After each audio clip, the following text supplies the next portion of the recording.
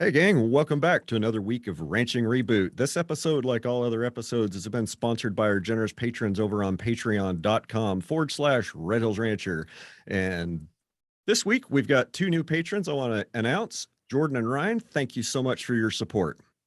So, we've had several listener and fan requests for some sheep content. So, today, we found a gentleman with Emigh Livestock out in California that does sheep and also does some cows and has his own podcast. So I'm really looking forward to this one. And let's give Ryan Mahoney a warm welcome to Ranching Reboot. Ryan, welcome to the show, buddy. Thanks for having me. Appreciate it. Yeah. Have you met CK? No, not officially. I've been talking to you for the last 5 minutes and kind of before the record has started, but good to meet you, CK. Where at in California are you? I am in, we call it the Sacramento River Delta. So we are, if you draw a line from San Francisco to Sacramento, we are right in the middle there. And we're kind of far enough away from freeways that we're still a pretty small town. Yeah. I think there's like 1,800 people. Well, there was 1,800. Now I think it's like 6,000 because they had a development go in the last 10 years. But I grew up here, left for college and came back and yeah, we got a little nice little corner of the world here. Yeah, I like that area. I went to Chico State for undergrad. Oh, yeah. Yeah. We had a lot of Rio Vistans go to Chico. Yeah. So are you downstream of Oroville Dam? Yeah, we're way down. So we're actually in the mouth of the bay almost. Yeah. So we're freshwater, but but we're like just, I mean, you can take a boat and in 30 minutes you'll be in the bay. Okay. Yeah. So tell us a little bit about Emigh Livestock. Sure. So Emigh Livestock is, I'm a 5th generation sheep rancher. My family came here to the area and settled in like the 1870s. I was raised on the home ranch where they originally bought. And then my grandpa kind of took the ranch in about the 50s, and he really grew it to what it is today. And then 2 years ago, I was able to buy the ranch from the family. And so now we successfully planned. I had lunch with my grandpa today. He's still around and giving me lots of advice, and I gladly accept. Yeah, so we're a diversified livestock operation. We raise cows and cattle and sheep. We have Angus cows. We raise 1/3 of them bred to Angus for replacement heifers for ourselves, and then the other 2/3 we contract with Snake River Farms and bring in Wagyu bulls and sell American Kobe beef calves to them to then sell to the marketplace. And then we have it's delicious. So good. Yeah. I like, is that a dog behind you there? Pink. Yeah, he's got he looks famous. That's a face for radio right there. You should hear when he snores. Yeah. That's awesome. So then we have sheep too. We have I think right now we have around 4,000 mother ewes that they're all fine wooled Rambouillets. We raise the meat lambs and sell them to Superior Farms fat, and we sell the wool to Imperial Yarn out of Oregon. And then they make all sorts of fun stuff with it. We also have irrigated pasture where we buy in feeder cattle and buy in feeder lamb, and we back around the cattle, and then we'll sell fat lambs off the clover. And then anything that doesn't sell off of the clover of the lamb side, we run through a lamb feedlot right here in Dixon, California. So we're pretty diversified in a lot of different segments, but not huge in any one, I guess. Okay. I've never actually heard of a lamb feedlot. And to be honest, right before we started, I had a question come in. Sure. And maybe we can kind of use this to frame a lot of the discussion yet to come. One of my patrons, William Cagney, asked, why not sheep from a cattleman's perspective? And since you're a guy that's obviously involved in both in a very diversified operation, I'd love to hear your take on that, because, and where I'm going with this, a lot of us are really looking at our input costs and the calf market and what everything costs these days. And I think a lot of people really need to find another way to generate a revenue source off their land without taking something off the plate from what they're already doing. Yeah. So why sheep? Why not sheep? It's a great question to ask. If you look at a lot of other countries, a lot of cow ranches have sheep. In California, there's kind of more, or in California, in the US, there's more of a stigma, seems like, between cowboys and sheep ranchers, probably because they went to war in the 1800s and in the mountain states. But um, on our ranch, the sheep and cattle have to be run together for us to be as successful as we possibly can. Sheep and cattle target different species of grasses. We feel they create healthier pastures. Parasites that pass through cows die when they try to pass through a sheep, and vice versa. Sheep parasites die when they try to pass through cows. So if you're on an intensive operation, running those species together does help with parasite control. It doesn't eliminate it, but it helps.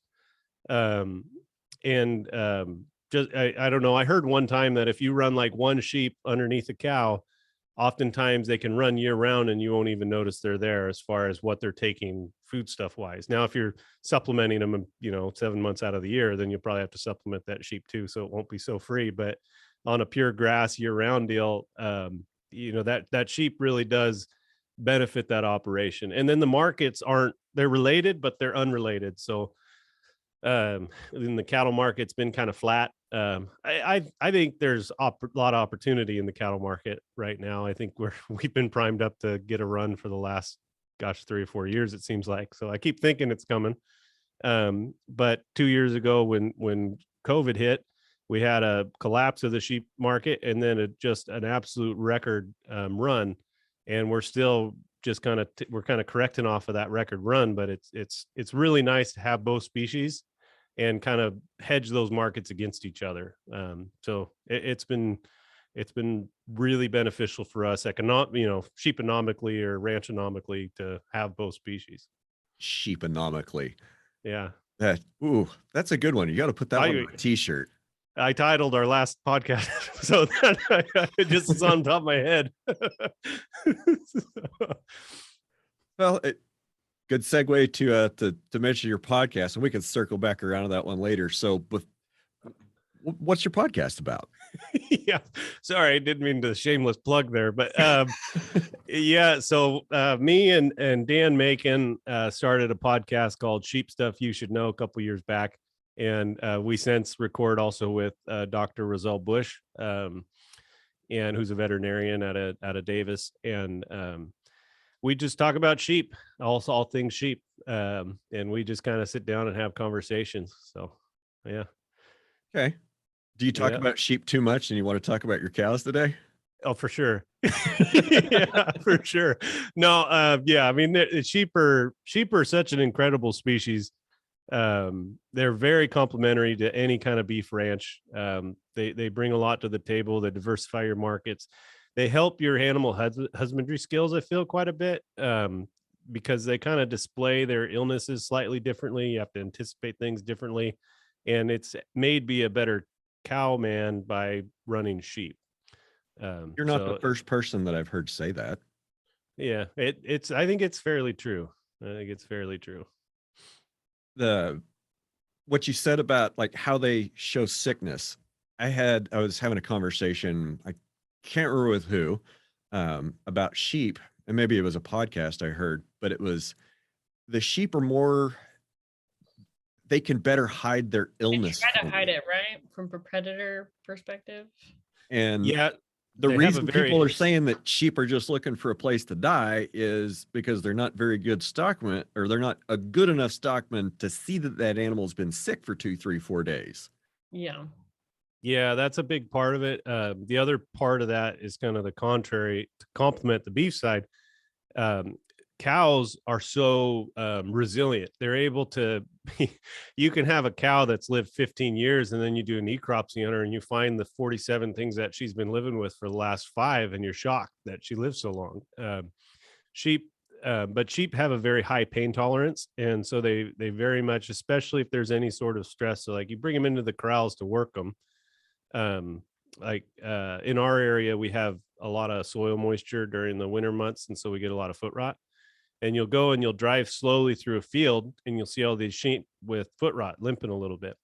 And then you bring them into the corrals and you start looking at them, and you don't see any because they're all hiding it when they're in the corrals. And so it's really hard to see those diseases as they're developing in the sheep and cattle, or in the sheep. Whereas cows, it's a little more obvious when they're sick. But cows present plenty of challenges. I mean, you're dealing with a 1,200-pound animal and trying to manhandle it and doctor it before the illness gets too bad. That's a huge challenge on its own.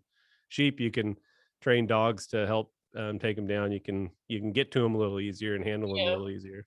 So there's challenges to both, but and I keep coming back to they're different, but being able to know the differences has made me more in tune with both, I guess, is probably how I would say it. So I can understand that. I think part of what I just heard you say was when sheep are out of the pasture, they're a little bit stressed. Even if they are in the pasture, you're not going to see their true state. Like they're going to hide that illness from you as soon as they sense a little bit of stress. They're going to hide that illness from you. That's what I think I heard you say. Yeah, they're very stoic. Yeah, very much so. Yeah. Interesting. And they also hate being separate. So like any time you separate a sheep off from its herd, that's much more stressful for them than when you have a cow that's a little sick. You can peel her off and she's not as stressed. You try to peel a sheep off in the same manner and it won't work near as well unless she's very, very sick. But and it's because of that herding instinct in the two. It's the same herding instinct, but one's stronger in the sheep than the cow. Cows are more independent, I think. Well, like our cows, a decent sized cow herd, a lot of times, they'll split up into, subgroups and go to different parts of the pasture. Yeah.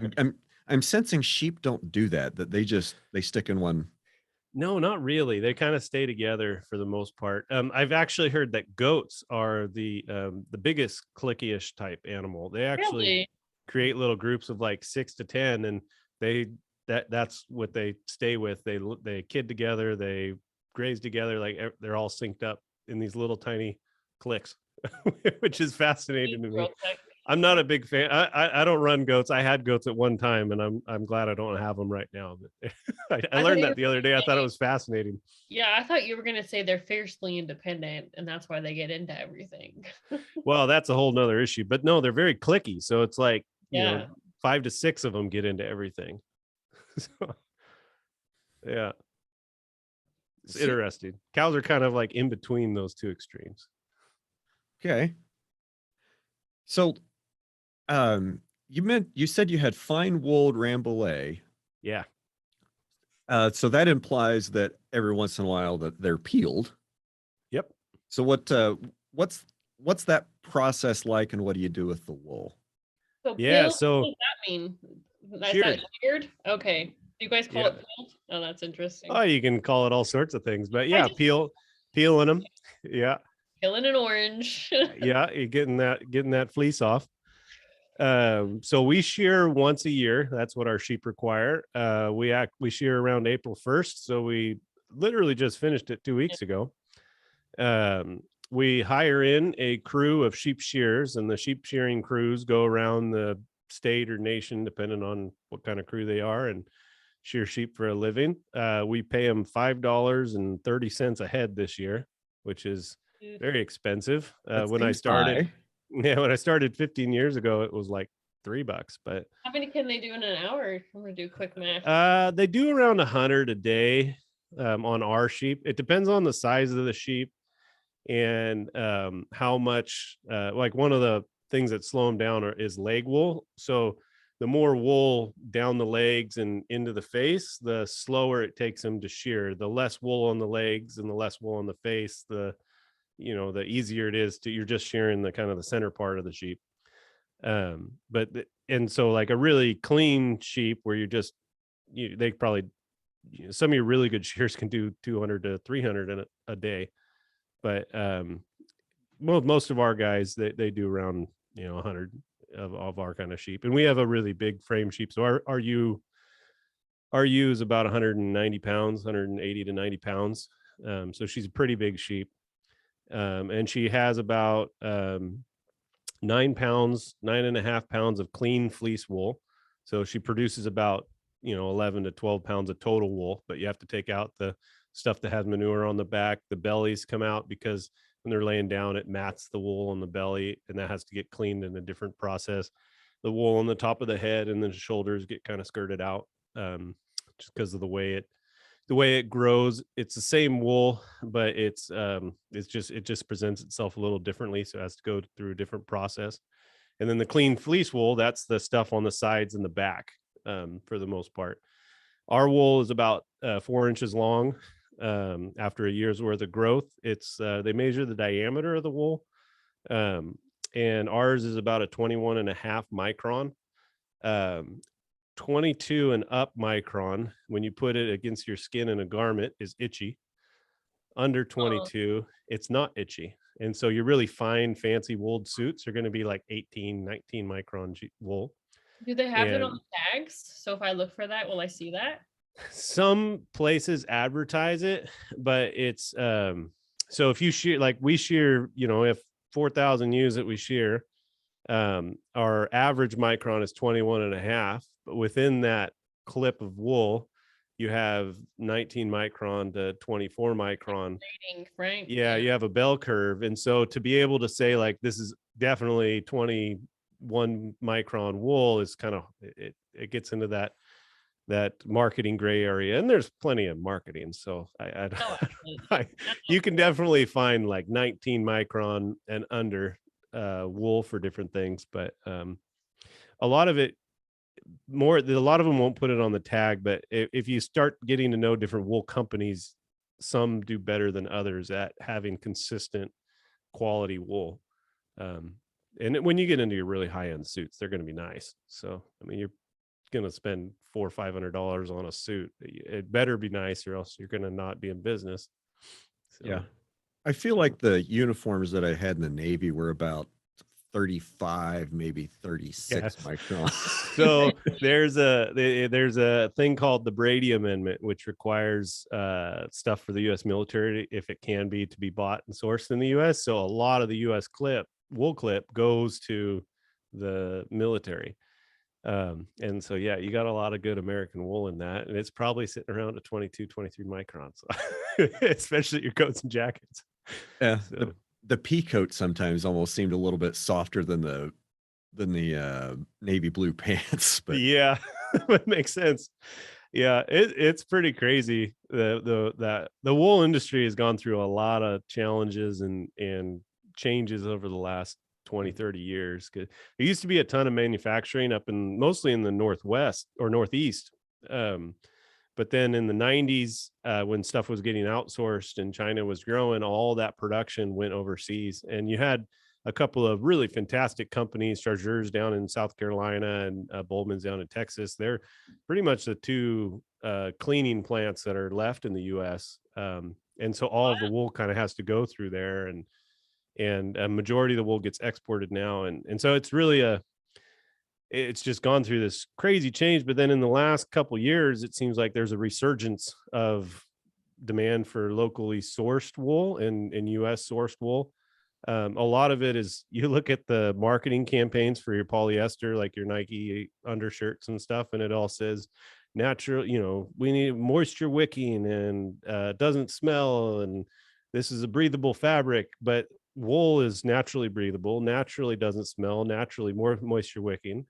And so it really fits and it's biodegradable, and it's, it literally, you trim it off and it grows right back again. So it's not you're not pulling it out of the ground and using it one time. It's a regenerative, product.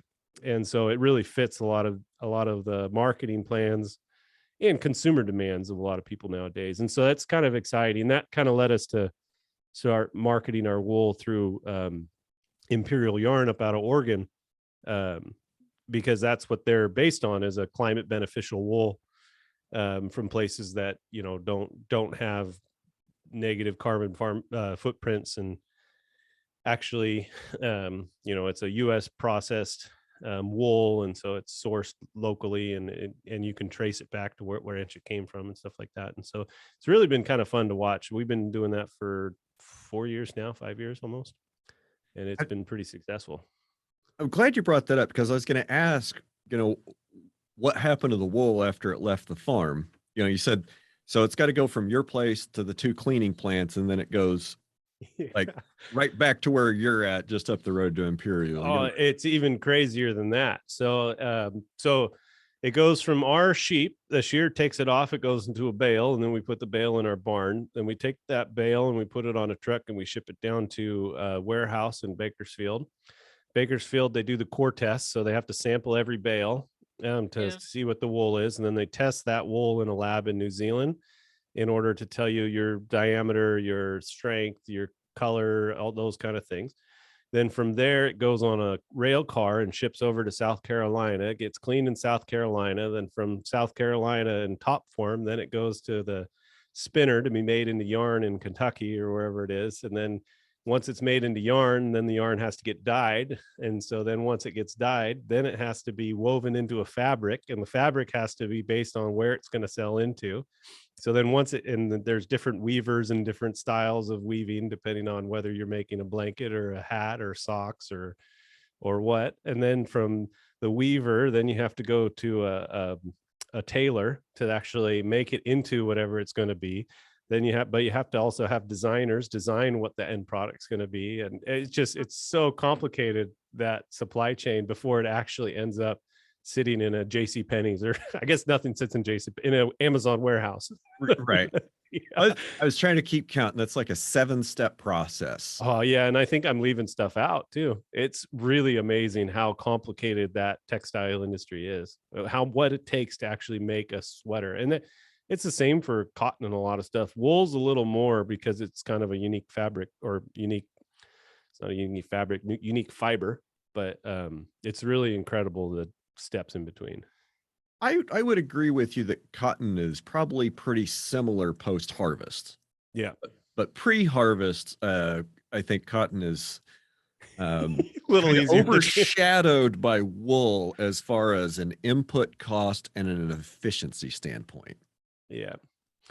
Well, yes and no. So one cool thing is, so sheep don't just produce wool, they produce lamb too. So you're able to have 2 sources of income sold in 2 separate markets for the same overhead costs of running a sheep. Your only additional expense for the wool is your handling. So your shearing expense is pretty much the only difference in that, if you went with haired sheep, so to say, instead of wooled sheep. Well, if it cost you $5.30 to have one peeled, how much did the average fleece net you? Or you, if you don't want to say the number, that's fine. Oh, it's fine. It's a market, so it fluctuates. This last year, we're sitting at probably around a $2.50 market for a under 22 micron clean US fleece. And that's your margin after you pay the peeler? No, that's the gross. So per pound. Okay. So $2.50 times 9 pounds, that's $22 to $25 a head on that. We do get a premium in our program. Okay. But generally just open market, $2.50 would be at a $25. Easy math, just say you get 10 pounds of wool. And so whatever the market is, it's just move the decimal. Yeah. Yeah. That's kind of where I was. That's kind of what I was doing, is just, okay, 10 pounds, $2, $20. I get it. So $15. That's not a bad margin. Yeah, not too bad. And like I said, it's additional margin on the same fixed overhead. So it's money you make on top of your work you've already been doing. So if you don't peel them, you're just not going to receive that income. And from an animal health side, if you have wooled sheep, you have to shear them. Right. You can't not shear them from an animal health. Is it really hard finding skilled labor? Yeah, labor in the sheep world is incredibly challenging. A majority of the sheep herders in the U.S. Come through a work visa program called the H-2A sheep herder work visa. And the reason it is specifically because of the skills it takes to be a sheep herder. Right. And this is our operation or ranch is different from the majority of the U.S. The majority of the U.S. flocks are going to be range herded on the mountain range in the western United States. So the Rocky Mountains slopes, and those are all unfenced. A guy has to live with those sheep through the summer and walk them around and make sure they got water and stuff. And so that skill set is very hard to get. So the majority of those employees come through that H-2A program. Problem when you're on any kind of immigration program is that depending on, and this is not a statement one side or the other, depending on who gets elected president, it changes. Yeah. And it doesn't change, like there's no consistency between D's and R's. It's just whoever gets in changes the rules and then changes the rules again and then changes it. So every 4 years to 8 years, your rules are getting changed and it's getting more expensive. And then the other problem we're having in California is they're reinterpreting the rule to basically it's going to require a herder to be paid if they stay with their interpretation that they have now, that a H-2A herder would basically be getting around $140,000 a year plus room and board. And so you're looking at almost $200,000 in compensation annually for a sheep herder, which is economically unsustainable because, 1,000 sheep is going to produce 1,200 lambs. You need to save 20% for replacement. So that's 800 sellable lambs times $200 a head. That's $160,000 a year in gross income for the herd of sheep. And that one guy that's supposed to watch him on the mountains is going to be paid that or more, according to that interpretation. And so there's a lot of people smarter than me that know way more about this issue than I do. Yeah. That would be ones to talk about on it, but it's definitely a huge concern for sheep and goat herders. And also there's a lot of cow herders that come across through that same visa program. And it's a California specific issue. Of course, because it's a California rule that AB 1066, I think, that got passed, and that's what's causing this. Well, that's coming out of everybody deserves a living wage, right? Everybody deserves a living wage, but they can't 140? square that argument when it comes down to 140? food, because our food systems, they just can't square that argument. Well, I mean, and you can, I think you can make a huge argument that in the US we have benefited from cheap food for so long. And but the margin, when food goes up in the store, a lot of times that margin doesn't end up at the farm gate. It doesn't end up with the rancher.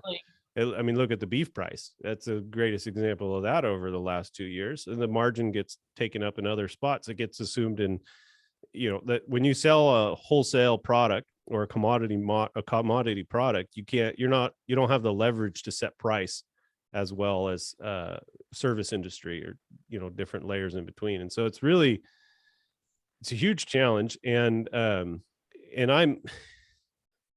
have 20 guys that work with me, and I really try to go above and beyond to help them out with everything we can. We pay a fair wage. We have higher wages than what our minimum wages require and all those things. We've always done that. We actually, we pay for we pay to help get the guys green cards or permanent residencies without any strings attached. We always get complimented from our housing inspectors that our housing is better than almost everybody in the state. And so like, I'm a big believer in this. We got to pay people what they're worth and what they're producing, but at the other side of it, at $150,000 a year, that just doesn't work. It just flat out doesn't work. That would make the lamb ranchers and the sheep ranchers just have to sell their flocks. And because it's, you have to pay the people that grow your food, or else you have to grow the food yourself. And if you're not going to pay them enough to grow the food for you, you're not going to have it. And so that's the crazy thing that's kind of happening, is they're saying, well, you need to make it cost this much to grow my food for me, and I'm not going to pay you anymore. And that's where the disconnect is. And just kind of get what you're saying. It's just, and then they say everybody deserves a living wage. And then they'll turn then you try to explain to them some of the economics of production.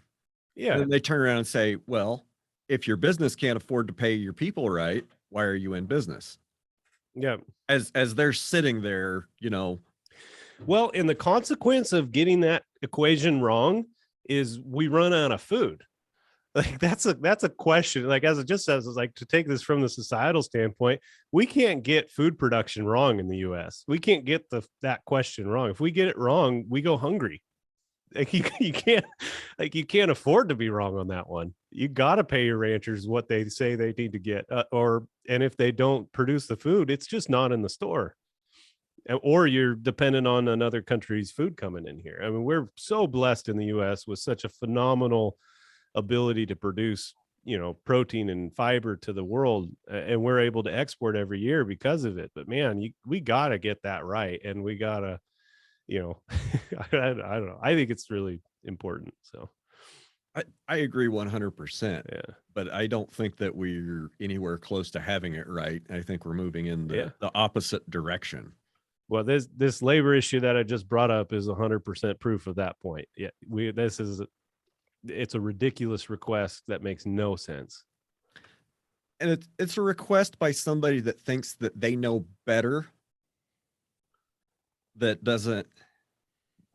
It's just never that doesn't have a dog in a fight, right? It's not a stakeholder that's saying this.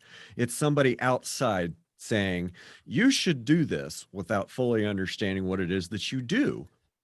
Yeah, well, and I think a lot of it too, at least when we talk to people in California, it's oh well, that's the rule that was passed, so we got to deal with it now. That is what it is. And you try to articulate the argument, and they'll agree with you, but they're like, well, it's the rule we passed. It's AB 1066. It's the law of the land. You got to do it. It's like, well, what?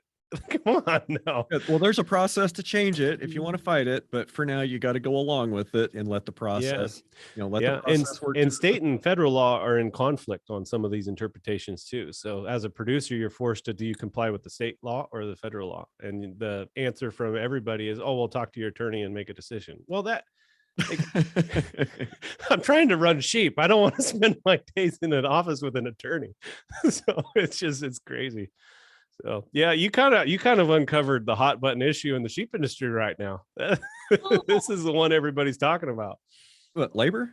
Yeah, labor and this rule change and how it's going to affect everybody. We've intentionally not had a topic on it on our podcast because it's so like up in the air right now. Yeah. And we get COVID warnings. I don't care. Say whatever you want. Yeah. Oh, cool. Well, I feel like we had the same issue though when we tried to talk about the Colorado bill that tried to pass. No one wanted the Pause Act.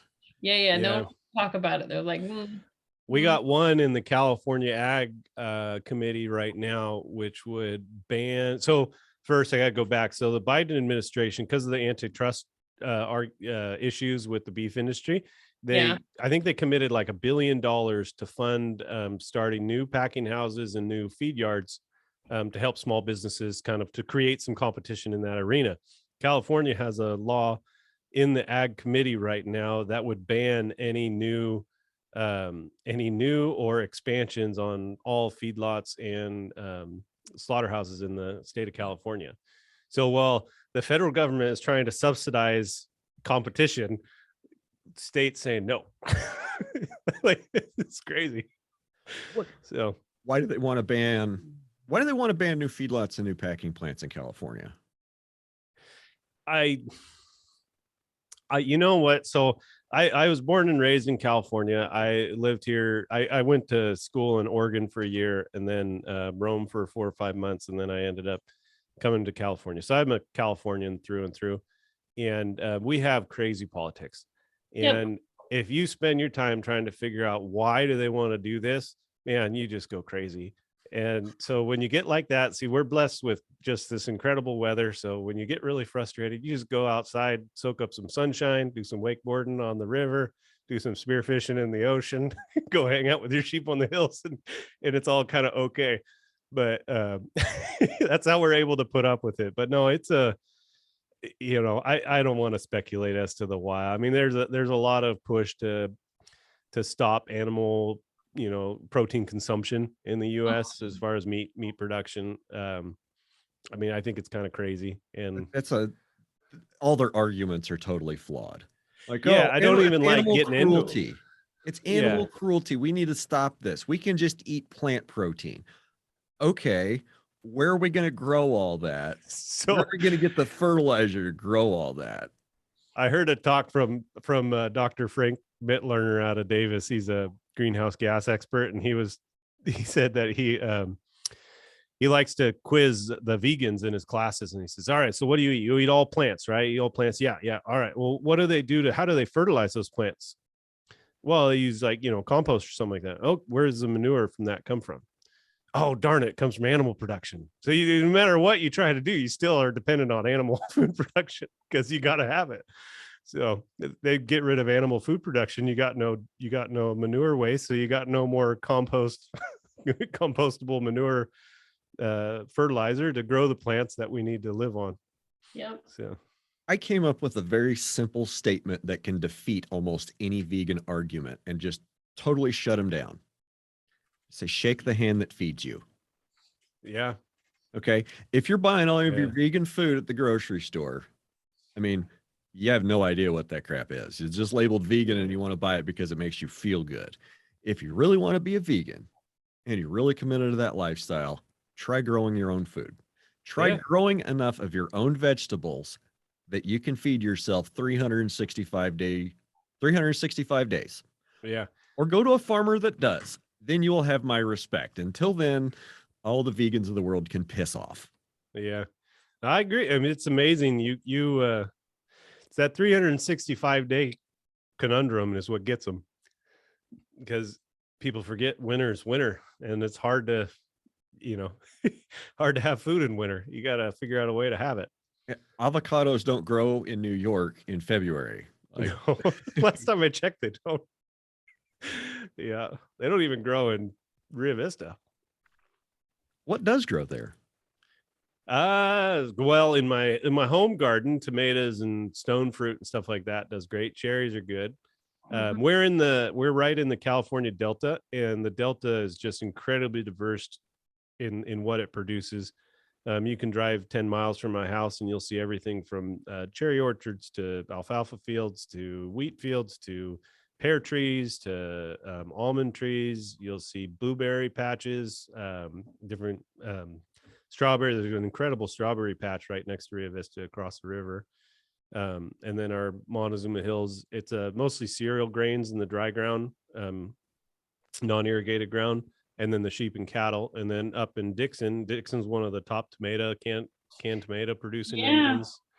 A lot of sunflower seeds. There's not gonna be a lot of sunflowers this year because most of those go to Ukraine to get planted, but the lot of sunflowers up there, walnuts, a lot of different nut crops all around. So I mean, it's pretty diverse. That's the crazy thing in Rio Vista in California is the diversity of crops that are grown. I haven't spent much time in California, but the little bit of time I have, I appreciate a drive by farmers markets in April when I was out there for Grass Fed Exchange, CK. Yeah. Drove past a couple farm stands right off the highway, and I'm like, well, that's everywhere. cool. Yeah. And they had so many more things than we're going to find in a farm stand here. And honestly, where I am, like roadside farm stands, they don't happen. Got to get, oddly enough, in eastern Colorado, where the population density is even lower, there's just a couple major highways that run through eastern Colorado that go east-west. Yeah. And one of them is Highway 50. And near the town of Rocky Ford, there's just produce stand after produce stand after produce stand. It's it's kind of neat, but nowhere near the diversity of what you guys have out there in California. Yeah, the diversity and scale is unreal. It really is amazing what the climate's able to produce out here, and you're just able to do so much. So that's a good segue into talking about what is your climate like? Like, how much rain do you get a year? And sure. Our normal rainfall, and we stay pretty steady within this range year to year, but our normal rainfall is about 16 to 19 inches, depending on what ranch you're standing on. And typically it varies 3 to 4 inches one way or the other. Mhm. Our rain is all in the winter. So rainy season starts October and ends in May. Mhm. Usually they have our local fair is the Dixon May Fair, and it's always Mother's Day weekend, and it always rains on the May Fair, and that's always when the rain's done. Um, so that's pretty typical. Last year though, we had the worst drought we've ever had. And my grandpa's 92, and he's never had any year like that in his history. But we got 3 to 5 inches of rain on the whole ranch, and most of it came in really bad times, and the soil moisture wasn't able to absorb it very well, and we got hammered last year, but and hammered worse than we've ever been. This year, we're sitting at about 15 inches, and you go 30 minutes north and they're droughted out. You go 30 minutes south, they're droughted out. You go 30 minutes east, they're droughted out. But we're in very good shape, and it's I don't know why, but it just worked out. It worked out that way, and typically it does in our region. We're kind of close enough in the delta and close enough to the ocean that we always get some moisture. Yeah. That's good to hear. You're like the first person I've talked to in the last 2 months that claims they've had enough moisture. Yeah, so I'm really nervous to say it loud, but we literally have the best feed year we've ever had. I mean, it's just unbelievable how good the quality of feed is. It's quality and volume. And it's following on. I always have to tell everybody because everybody else is in such bad shape, but it's literally following by far the worst ever. Like, I mean, it wasn't even close last year. That this year we have grass that's 3 to 4 feet tall. Last year, the same exact time, we had nothing. They were walking on dirt and we were feeding hay. Some of the best grass that I've ever grown has been in a slightly below average rain year following a severe drought. Yeah. And it comes down to that management, letting that, making sure that grass has enough rest. Yeah. That rest period is adjusted appropriately for the conditions you're experiencing, and making sure that grass isn't grazed again before it's ready really makes a difference. Yeah, absolutely. I mean, we rotationally graze our livestock all over, and getting that rest days right, even through the drought, was really critical and helped us kind of get a good bump coming out of it. And having destock 20-30% of your cows, that helps with rest days. Mhm. The easiest way to get more rest is the destock. Yeah, it's also the most expensive, but It's a tough decision. Yeah. yeah, you got to do it. That was a hard day watching those cows go. But We had luckily we were able to get them to another producer, so they stayed in the production chain. They didn't have to go to the butcher. So many guys had to send them to the butcher. and that to me is still preferable than trying to feed anything through lack of feed. Yeah, so we took kind of a both and approach last year. So we definitely bought a lot of hay and we fed a lot through the drought. But I mean, we literally had no feed. It was I can't I don't know. I can't even believe it happened. I guess I'm still in shock at how crazy it was. But I mean, I think we ended up feeding close to 3 tons per cow on the cows that we had left. And then all of a sudden, last fall, we got one day, we had 10 inches of rain on one day, Wow. and all of the water soaked into the ground. And then we never got any rain until like 3 weeks ago. And now it's just been like a half an inch every week. And we just have this gorgeous feed. It's been absolutely amazing the way the volume's down, but the weather just came perfectly. And that rain in the fall came early enough that we still had good daylight hours and soil temperatures to grow all that burr clover and fillery that we make our living off of. And Mhm. then these spring rains brought the ryegrass on to where I had allergies for the first time in 3 years. Really knocked me sideways. So Yeah. nature is amazing. It's so powerful and it's so strong, and it's incredibly humbling working with livestock and being dependent on the land. It really, I mean, I think that's why so many people that are 100% dependent on the land eat meat, because they're realists on what it actually takes, and the dependency on on the system that we all are. It's just, yeah, pretty wild.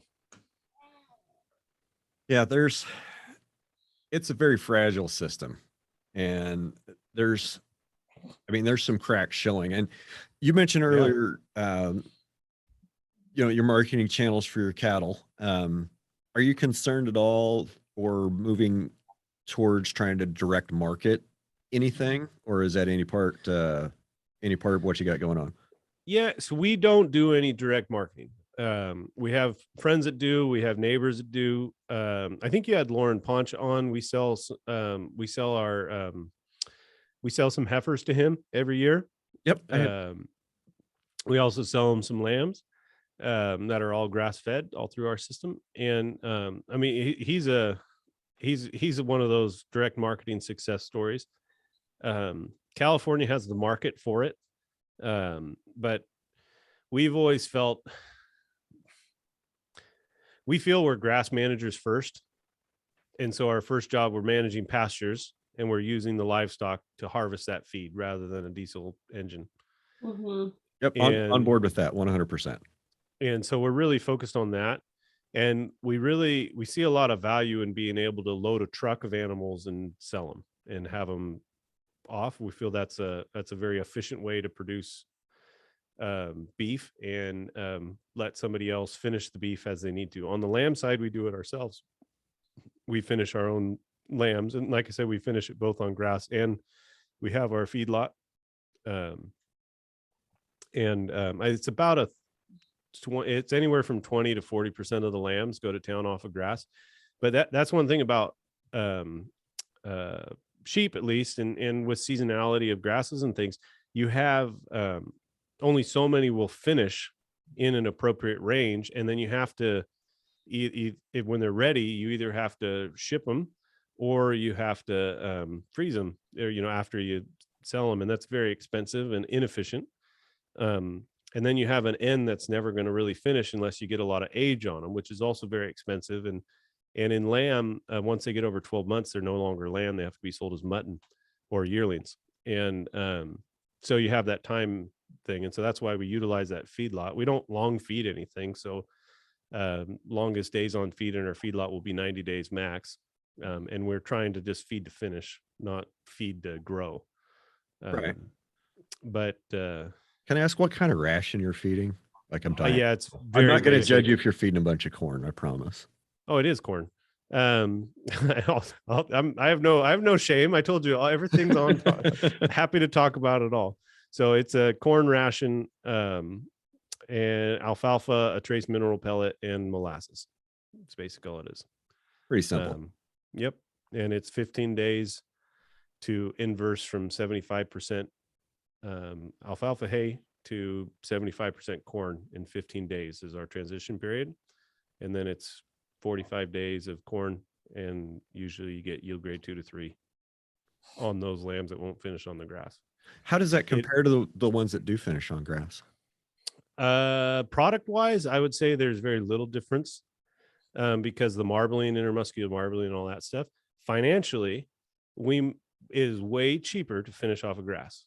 It is more financially beneficial for us to finish off of grass. So we want to finish everything we can on grass.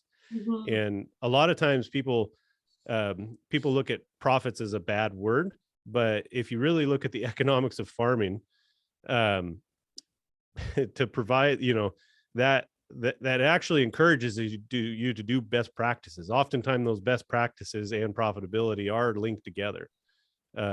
There's always going to be exceptions, but like I said, it costs us so much more to finish a lamb in the feedlot that we really don't want to do it, especially a year like this when corn's going crazy. Yeah. And we have a real risk of not even having a lot of feed available in California because of the rail car backups and all those kind of things. So, but so as far as direct marketing, we don't do any of that. Our wool, we're very close to the brand, Superior Farms, we sell our lambs to. We work closely with them. As far as what we're doing, we market grass finished lambs if they're finished off the grass. I think like 98% of our sheep are ABF, antibiotic free, because we don't, once again, it's expensive to use antibiotics. We don't want to use antibiotics, and if something needs it, we'll use it, because I don't want to be 100% because I want to keep things alive. Right. So if something needs antibiotics, I'm going to give it to them. Just sell them through a different channel. I do the same. So yeah, I mean, we do that. I do like, I love the developing direct markets. But we also think it's a very hyper competitive space in California, and we don't have the personnel or overhead to commit to be able to compete correctly. We'd rather sell to a company that can do it. So I'd rather sell to a Lauren Poncha and let him compete. I'd rather sell to a Superior and let them compete. Because once you start competing, you have to have salesmen, you have to have distributors, you have to have product management. I mean, it's almost a separate business on its own. So we try to really focus on the farming and ranching.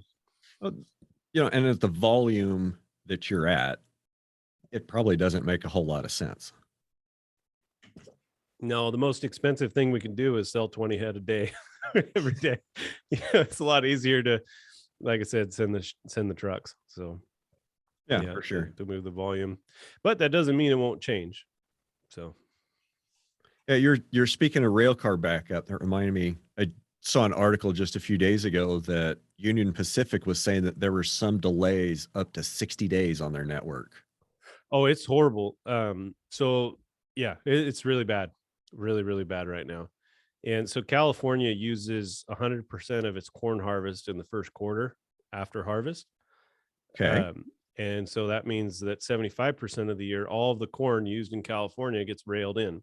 Well, California is home to Foster Farms chickens, and they have some Harris corn Ranch production. and Snake River and Snake River's up in Idaho, but Harris Ranch, yeah. But I mean, the main ones of Foster Farms is the chicken production, and we usually are able to buy extra truckloads from them that they're bringing in. We called them last week and we're like, oh, we need some corn. They said, oh, we don't have any. What? Okay. Really? None? Yeah, we have none. Oh my God. Okay. All right. Oh. Well, let's figure out how we're going to manage this, because it's just, there's just not enough volume of rail cars coming through to haul enough corn in to satisfy that corn demand.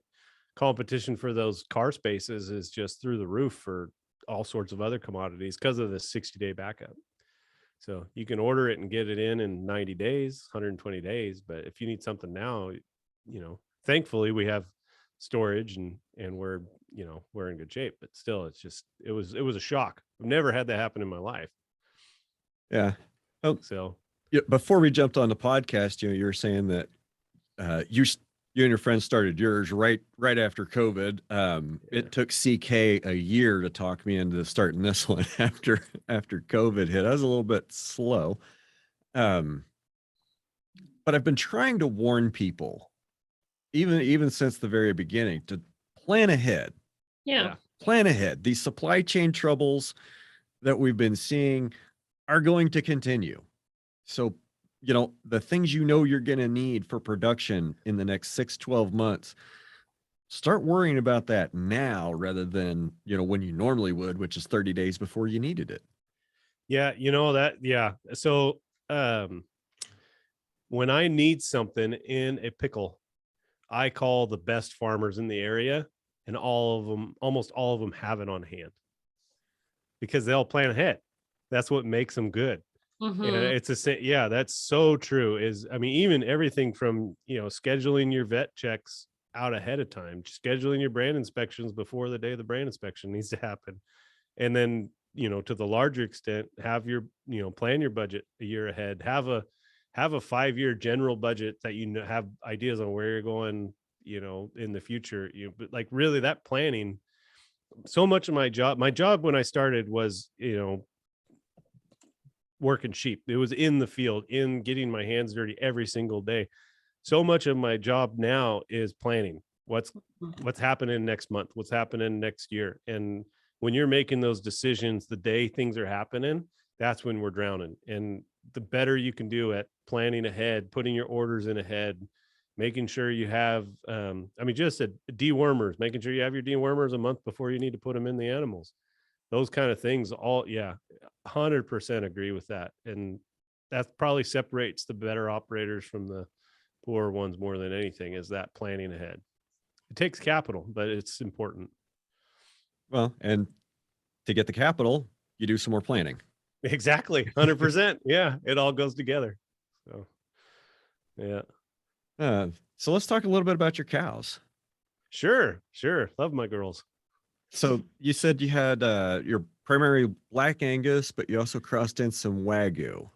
Yeah, so our cow herd's 100% Angus, and we run 2 herds. And we do the same on our sheep, but we have a terminal. We call it a terminal herd and a maternal herd. Our maternal herds are going to be Angus on Angus. The terminal herd are going to be Angus cows that get bred to Snake River Farms Wagyu bulls right now. We do it that way, so that way if something happens with Snake River Farms, I mean, nothing's going to. We've been with them for like 15, 20 years, but if something ever did, we could change overnight and breed those to whatever we wanted. We want to cross in Charlet, we want to do something else, we can do it overnight. But the main thing we're doing is we take our better cows and we keep them in our maternal line and then selectively breed based on what goals we have to that herd to then create. And then anything that doesn't fit those parameters goes into kind of that terminal herd that is really that productive engine for the ranch. So we're kind of doing our own genetic push, but on a smaller scale of our cows, and then the rest of them are producing the income to allow us to do that. Does that make sense? Yeah. So what do you do with all your steers out of your maternal herd? Right now we sell them as we just sell them on the Western Video Market sale once a year. We keep them separate and just sell them to commercial feed yards as we need to. So, okay. So tell me about one of your biggest wrecks and what it taught you. Biggest wrecks. You can get me back to the sheep now. Yeah. Gosh, biggest wrecks. You're gonna make me consult my book. I got a book here somewhere. There it is. So I have a book that I've been writing down my worst disasters in ever, and I always try to take notes and remember what they are. And one day the goal is to maybe auction it off when I'm like 97 to somebody out in the middle of nowhere.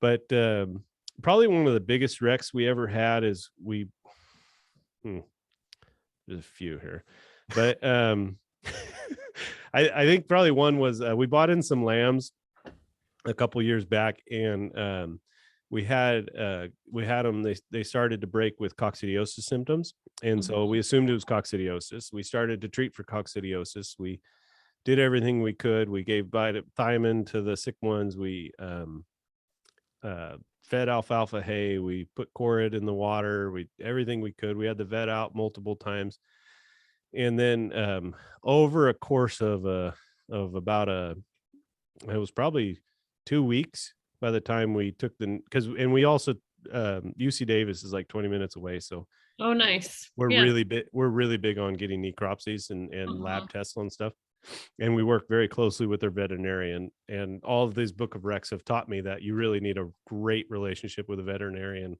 to be successful. But anyway, so we finally took we had the samples finally come back, and we tested for stuff, and there was coccidiosis present, but it wasn't large enough load to necessarily kill the animal, and so we weren't sure what exactly was doing it. We were finally able to isolate it to a copper deficiency in the sheep that came from the source. So it was a copper deficiency for their upbringing before we even had them on farm. Yeah. And if you know anything about sheep are highly sensitive to copper. And so you're not allowed to feed copper in sheep minerals for the most part. You can't use multimin on sheep. You can't do anything like that because everybody's worried about killing the sheep. But to see that copper sensitivity expressed in such an extreme situation was really amazing. It's frustrating because we had a wreck, but you kind of, I guess the thing I learned from it was, you have your institutional information, but if I didn't have that relationship with that vet, and if I wasn't open to listening to different possibilities of things and figuring different deals out, we actually, on those sheep, we gave them all we gave them, I won't say a dose because you're not supposed to feed. I don't want anybody getting ideas, but we gave them all a shot of multimin under the directions of our vet, and we cured it overnight. Almost. It was unbelievable how quickly that helped it. And exactly that's what it was that copper deficiency. But I'd been told my whole life that sheep are can't have any copper, and then here no copper did a bigger problem than any copper I've ever given to anything over the history. So like always be very attentive to every individual bunch of sheep and don't discount any potential problems. They always be open to these new problems and learning constantly and trying to figure out what's going on, and gets back to that team of people you work with and, you know, leaning on them really heavily. You got any good tips for building a good ranch team? Veterinarian, step one. Yeah, I mean, seriously, I mean, and it's so hard in the further away from a population center it is, the harder it is to build a good relationship with a vet. But I mean, veterinarians go through so much schooling and they learn so much, and their expertise and the value they can bring to what you're doing extends so far beyond a break or a problem that happens on that ranch. And so often vets only see the problems, they don't see the good sides of the ranch and are able to give you advice to improve. So it's those conversations. I mean, I have breeding discussions with them on what bulls I should breed to the next year, and those kind of questions that, you know, aren't really tied to like a health issue, but he's out there enough. He knows he knows our cattle. He knows what my goals are. He knows me as a person, and he's able to give me that third party advice from kind of an expert side. The other thing is, don't make decisions in silos. You know, make sure you have a team. So I always say start with a vet, but the other side of it is find a neighbor that you respect that's in your area, that's been through some stuff, hopefully a little older than you, and lean on that trough of information and ask them questions and learn from them. That was really helpful for me when I started growing up. And then just make sure you engage with people that aren't afraid to make mistakes, but learn from them when they do. You know, you gotta, as long as you're not making that same mistake twice, you're learning, and that's more valuable than getting everything perfect, because most of us won't get it perfect that first time. So really just having those conversations, building those relationships, try to find people that see you and what you're trying to do from an understanding and want to help you learn, and you know, really try to bounce ideas off them. Don't be afraid to share your mistakes, like you asked there. I think, you know, being honest about your mistakes and wrecks when they happen are really, that's where you learn the most. That's when you're really learning, is when you're in the middle of a mess. And that's not to say that you got to jump on a podcast and tell, you know, the whole world everything you screwed up. Yeah. It starts with being honest with yourself. Yeah. And if you can at least be honest with yourself, maybe you can be honest with a friend or a therapist, but you don't necessarily have to jump on a podcast and bare your soul to the whole world. No. And thankfully there's guys like you that are doing it. So that helps. That helps a lot of people. It's amazing how many people, you know, really are producing these animals, and they don't have places to turn. They don't have people to lean on. And I think it's kind of the other side of that. I benefited greatly from the people that were willing to share with me. And so now that I've kind of cut my teeth a little bit, I don't know if I've ever told anybody, no, I'm not going to tell you something. Like, I've always tried to help where I can with who I can, because that's what got me to where I'm at.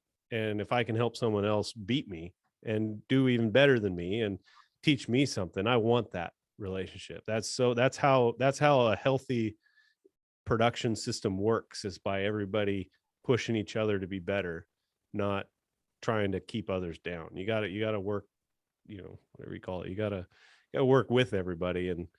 And that doesn't mean you don't have trade. I mean, I'm not going to tell anybody my rents. I'm going to keep things quiet on some stuff, but at the same time, you know, you got to be willing to share, to learn a little bit a lot of times. I agree with that. And there's, don't want to say, not going to say that. Well, you got me to say way more than I was thinking of saying.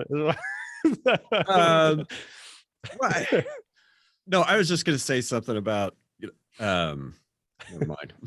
Like, trying to think of how to say it. Yeah. I couldn't figure out a way to say it that wouldn't be offensive to somebody that I don't want to offend. Yeah. And it's good to know that too, when you're, you talk about sharing, you got to be respectful of people, and that, if you don't necessarily want to say something that somebody's going to take the wrong way, and that's going to hurt their production or their ability to be successful later on. That's a good thing. That's a part of having good dialogue, is understanding that question right there that you brought up. So yeah. And there's no reason to feel like anybody's in competition with anybody else at the sale barn or wherever you choose to sell your cattle. And I guess one of the things I was going to say is, just a few seconds ago when I was tripping all over my words and myself, one of the things is that Dallas Mount says, yeah, you might be hitting a bullseye, but are you aiming at the right target? Yeah.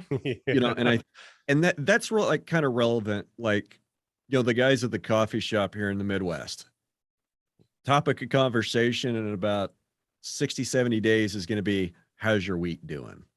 What'd your wheat yield? What was a test weight? And it's all a contest, right? Yeah. It's all a contest. Are we aiming at that? Is that the right bullseye we should be aiming at? Or should we be looking at something like, how much do you increase your soil carbon this year? What's your water infiltration rate? Like, those are the bragging rights I'd like to hear at the coffee shop. Well, and you brought up, so that's such a great point. Like, what are we doing in farming? What's that goal? And we've narrowed it down to these base production numbers that are so easily swung to be able to brag more. So like in the sheep industry, it's lambing percentage. What's your lambing percentage? Well, I had 120% lamb crop ewes exposed to lambs weaned. Well, actually it was 114% ewes exposed to lambs sold. Well, actually it was 150% use pregnancy scan pregnant to lambs born. Like you could change that number based on whatever you want, but at the end of the day, it doesn't really matter. It's just a bragging right number. But then you mentioned like what's the soil carbon capture of this ranch on this year? That's a number that measures sustainability of your place over a period of time. That means you're going to be a business next year. That's way more important than my fictitious.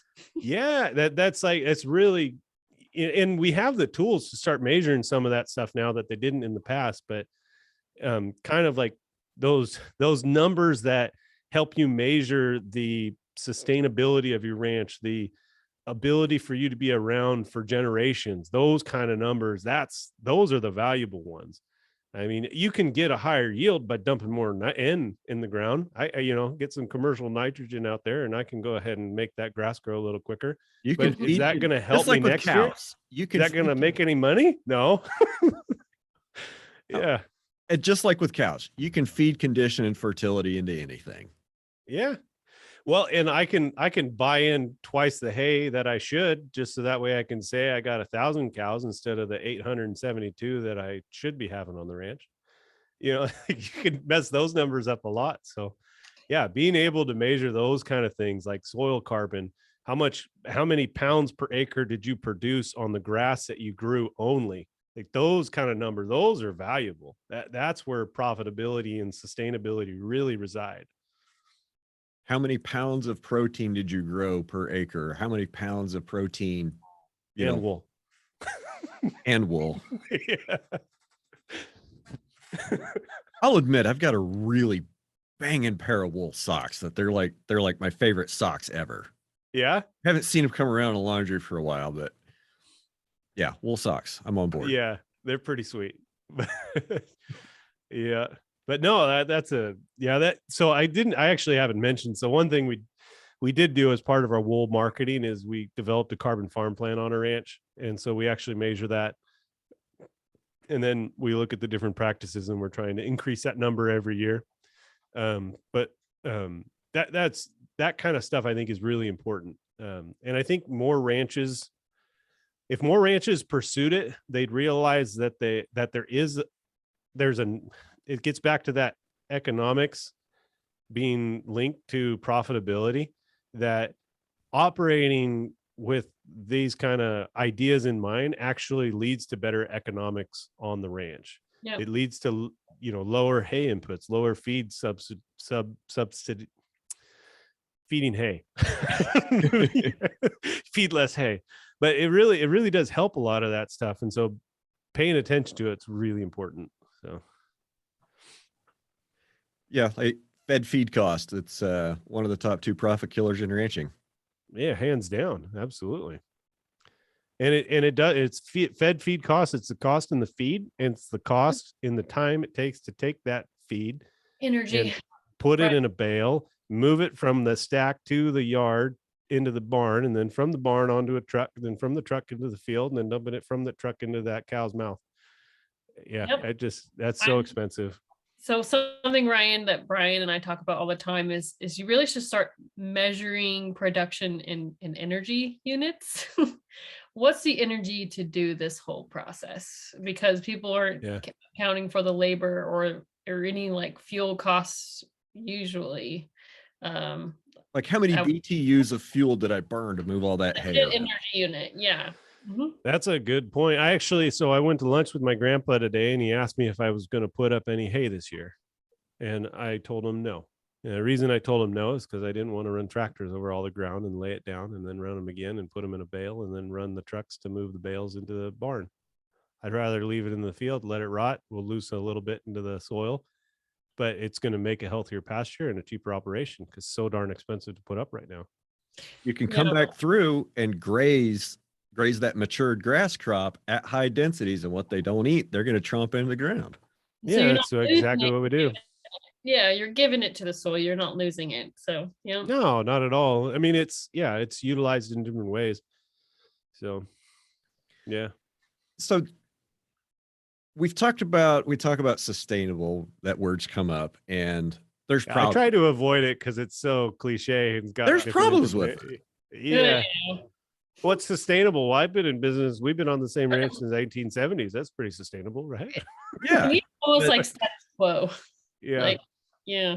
But if we're Status- happy with sustainable, that means that we're not interested in changing, because Yeah. the current state is okay and it can go on for a while. Mhm. And I think that we can all agree that that's not the reality. The reality is we've got to do more than that. We've got to regenerate.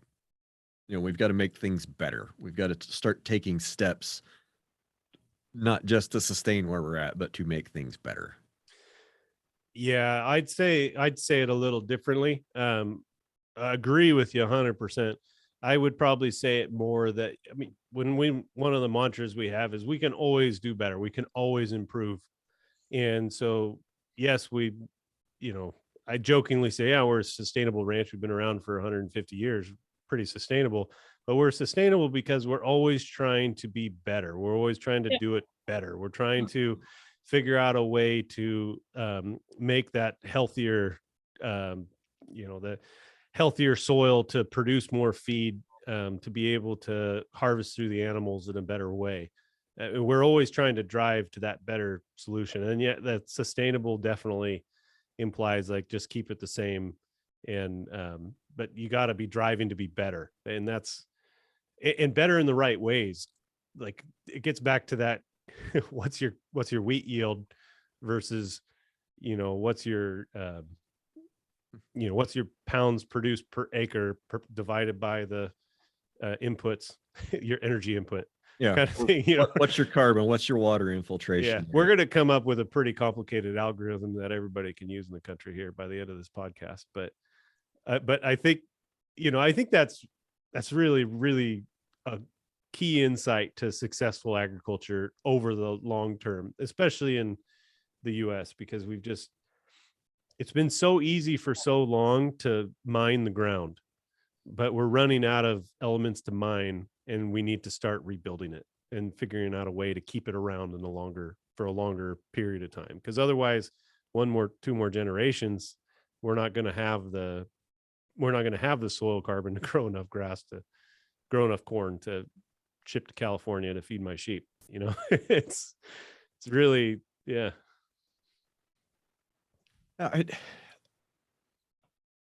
Okay.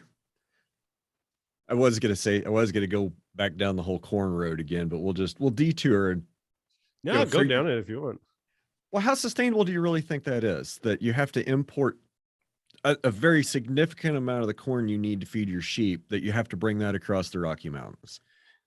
I think that it is unsustainable, but Okay. I also think it is a good product right now today, and it works in today's system, because the systems don't change every night, they change over time. Right. The other problem is we can't grow enough here in California. So the California Delta right next to us used to be all corn. Right. Now it's 10 to 20% corn. Now it's growing pears and all these other different crops. Right. Yeah. So, it was the problem the corn being railed to California, the only sustainability problem, because it's actually a result of an improvement in a ag diversity system locally. And it's one of those things that have to work out over time to correct. We could feed wheat. We could switch to another grain. The Montezuma Hills grows a lot of grain. Most of it's not food quality. Most of it's low in protein, so it'd be more feed grain. But once again, you're fighting against Foster Farms for that demand on the feed grain. So what's in the dairy? Again, California dairy is a huge consumer of these protein products or energy products, and energy not in gas, energy as in corn, Yeah. carbohydrate. Right. So, I don't think it's sustainable forever. But right now, in our current economic state, that's the best product that we have to be as sustainable as we can be. That doesn't mean that I shouldn't look for new ways. I want to look for new ways. I'd love to see new ways. One of the downsides, or I don't know what the way to say that is, one of the difficulties is we believe in a very simple system, and we want to keep it as simple as possible and make a simple change. We don't want to be trying all of these things every year for 10 years and we got a different ration every 6 months. We want to make sure that when we find something different, we change it. And with the type of, I mean, that makes total sense, because when you do a ration change like that, your genetics are going to take a while to catch up to be able to perform the same. well, it's more not so much performance based as I'd be worried about animal health things going wrong. That When you too. change rations, you change the animals, what they do, and you have people that are watching those animals, and those people have to learn the change and learn to look for new things at different periods of time and being able to react quickly. Whenever you make a change, you have to learn from that change, and usually you learn by having something happen. And I don't want those things to happen, because I love my sheep. I want my sheep to thrive. I want them to be as happy and healthy and strong as possible. So it's, I I feel like I'm kind of talking out of both sides of my mouth, because I really believe in this. I don't know what you call it, this focus on soil health that's kind of starting to grow in all of our livestock production industries, because it's one of these things that people need to pay attention to. We can't ignore it anymore. No, but it has to be solved locally, because all of our systems are so different that the answers on my place are going to be different than the answers on my neighbor, different than Lauren's answers, different from your answers.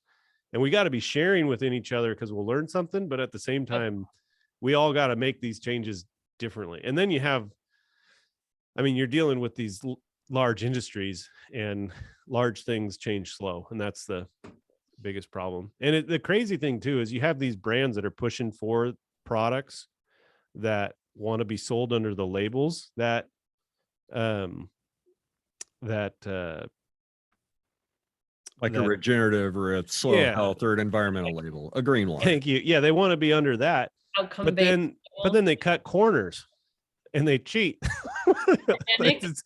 It's so frustrating. And then so you have like somebody out there that's actually doing the practice, trying to sell that product for what it costs them to produce. And then you have another person come in there that doesn't do any of them, and they undercut the price, and they sell it at a point that it's so much harder to actually produce at that regenerative level, so to say. And they undercut our ability to transition to what it Yeah. actually does. Because if the customer, I think the customer would pay if they understood, but so many of them don't understand because they're just getting inundated with sales pitches all day on Instagram. So That's about all Instagram is these days. It seemed like is sales Yeah. pitches, and I'm about done with it. yeah, I don't log in a whole lot there anymore. I just Yeah. every once I guess every once in a while I'll pitch an episode on there, but I just if you're one of my Instagram fans, you want me to be more active, like let me know. But Yeah. I don't really like Instagram that much anymore. Yeah. It's all Facebook now. So Yep. Twitter's a lot of fun to go argue with people. Yeah. Yeah. I'm Catholic. I gave up all social media for Lent. So I've been in paradise here for the last 40 days.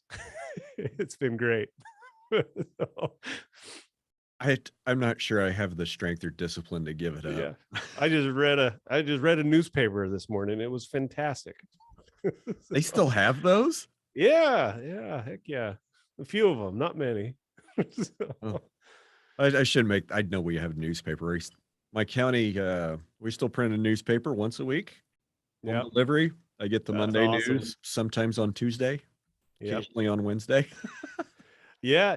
I love going down these kind of crazy rabbit holes, but I think one of the problems we have is before the Instagram, Facebook, all that kind of stuff, people got their news from the coffee shop, right? They'd go to the coffee shop and they'd talk to individual persons, and those individual persons all had experiences, and you liked them or you didn't like them, or you trusted them or you didn't trust them. But then you filtered that information and that became your kind of world view.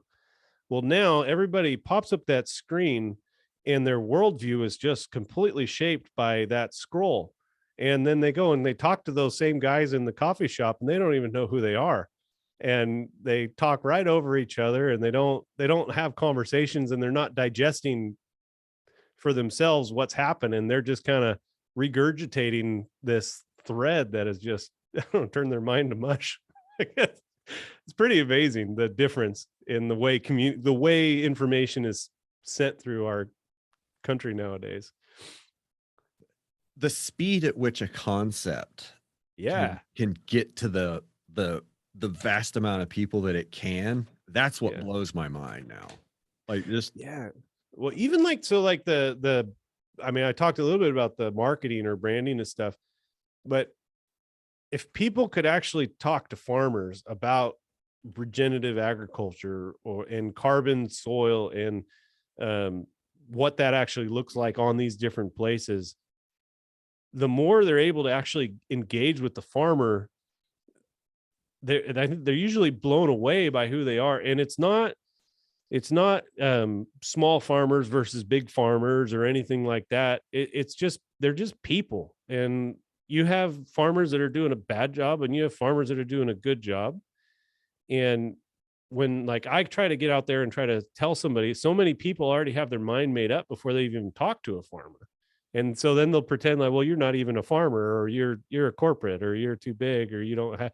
And really, I hope people can start to trust that these conversations are happening within agriculture, and there is growing momentum within agriculture, and not 100% of any one person's idea is going to be what it's going to be, but people are starting to pay attention to this because, like you said, we're running out of time to where we're not going to be able to keep pushing the envelope with synthetic fertilizers and things like that. We have to come up with better ways to be sustainable for the next 100 years.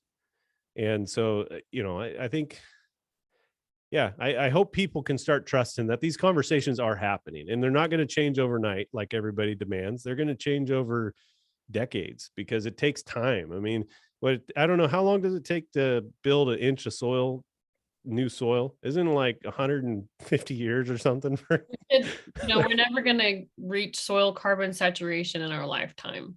Like, because I get a question all the time, is it takes thousands of years to get back to what we've depleted.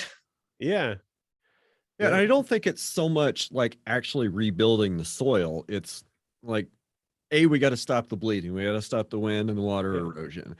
And then we got to let the microorganisms and the nematodes and, the fungi, we've got to Develop let those them do their communities. thing and build their community. Yeah.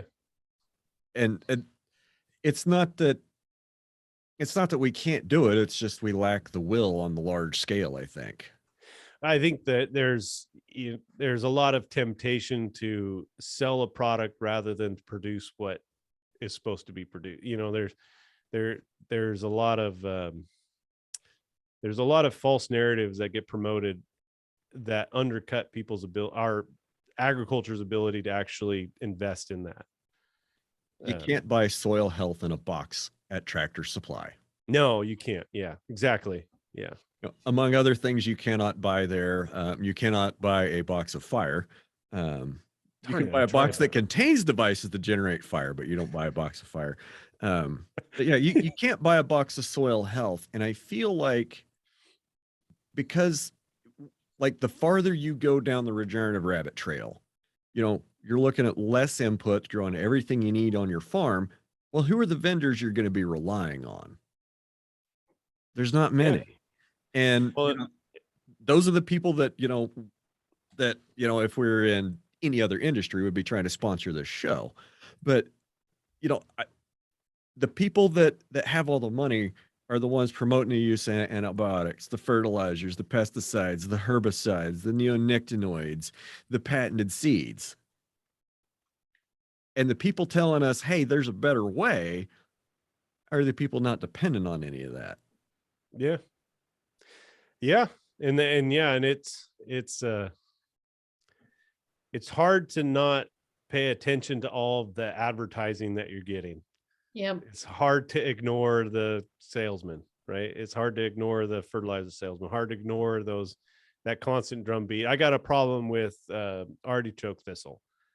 Well, the easiest solution is to disc it and nuke it again, grow some crops, and then go back to pasture, right? But no, like I gotta find another way.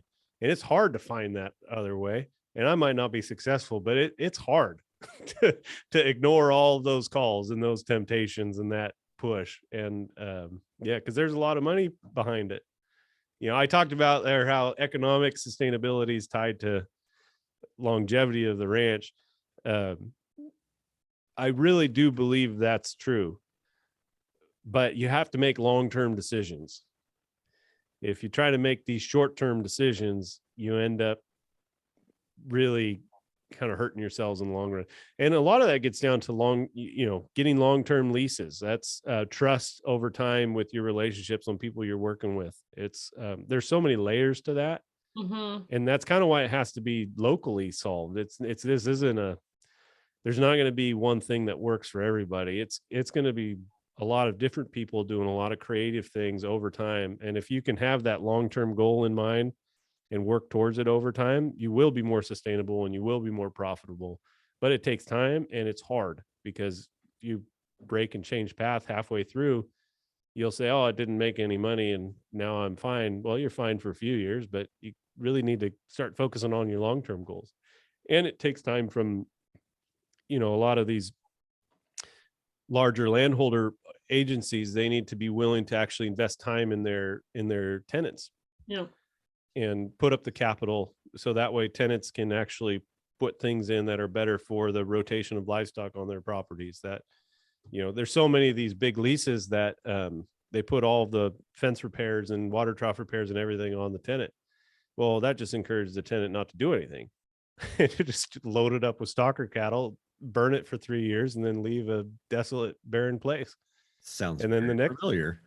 Yeah, I mean, it's so true. But and these are in California, these are environmental organizations that are putting these short-term leases together. Or they'll do like a 1-year trial with then a potential for maybe something else later. Well, they're not giving any incentive for the farmer to actually invest their time and expertise into the property. Like it takes time, like 10 years, 20 years to how do you build trust on that? Change something. Yeah. And how do you build trust overnight when they're going to just flip employees and pull the lease out from under you in 2 years?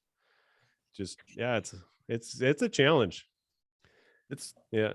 difficult situation to try to build trust in with an organization like that, that, Yep. that's most likely been traditionally adversarial towards, ranchers and agriculture in general.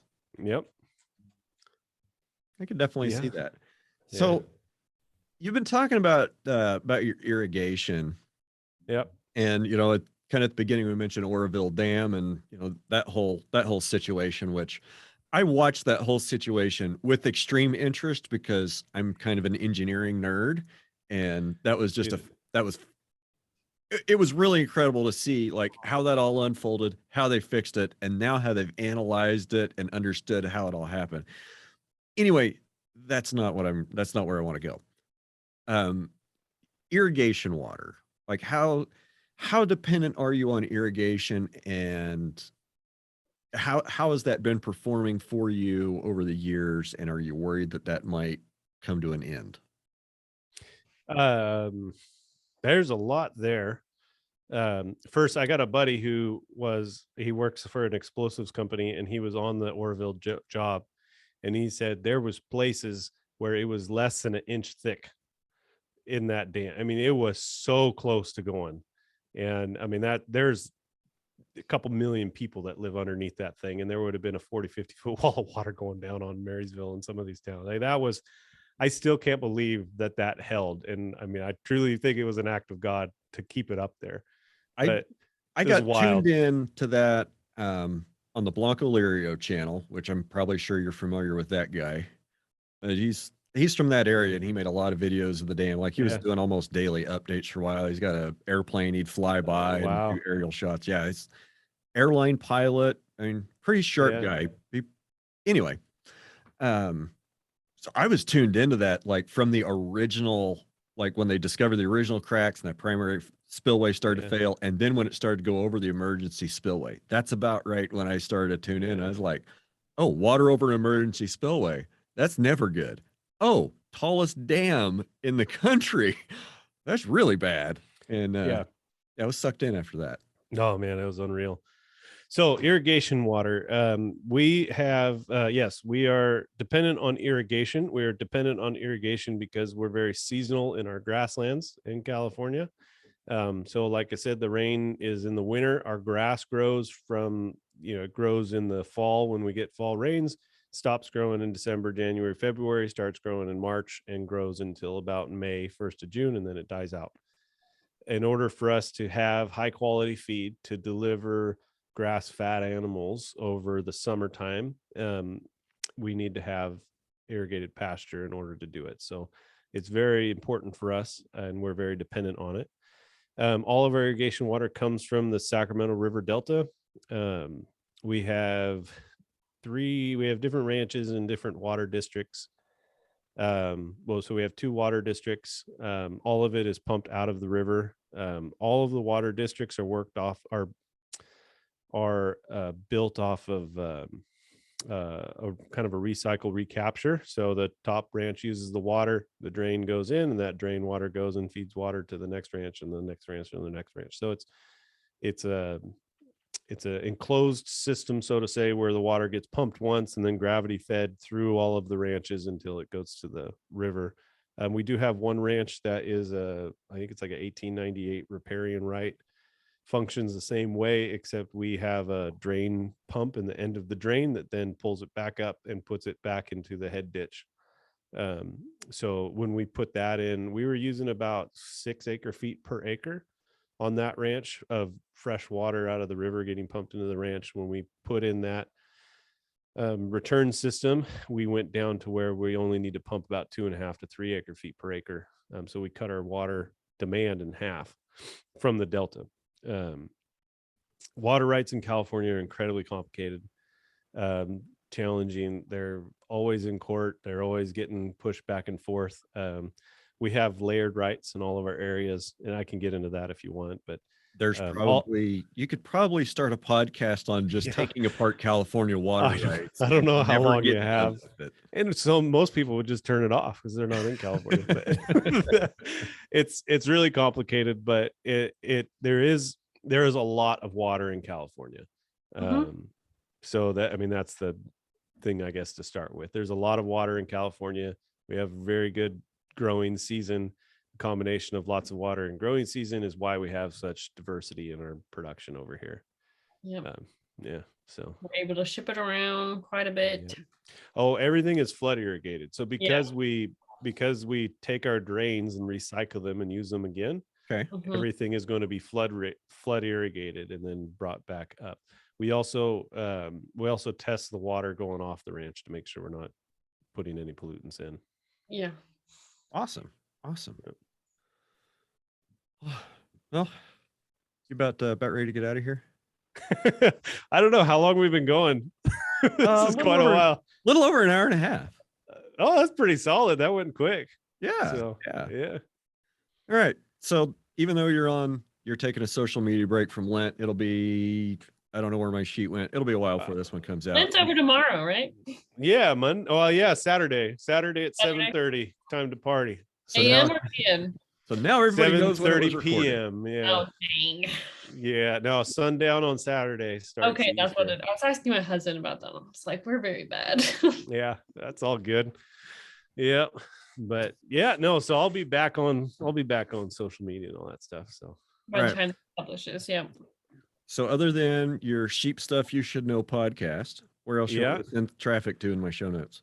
you can send traffic, all hate mail, whatever you want. It goes to @California Sheep Rancher on the Instagram.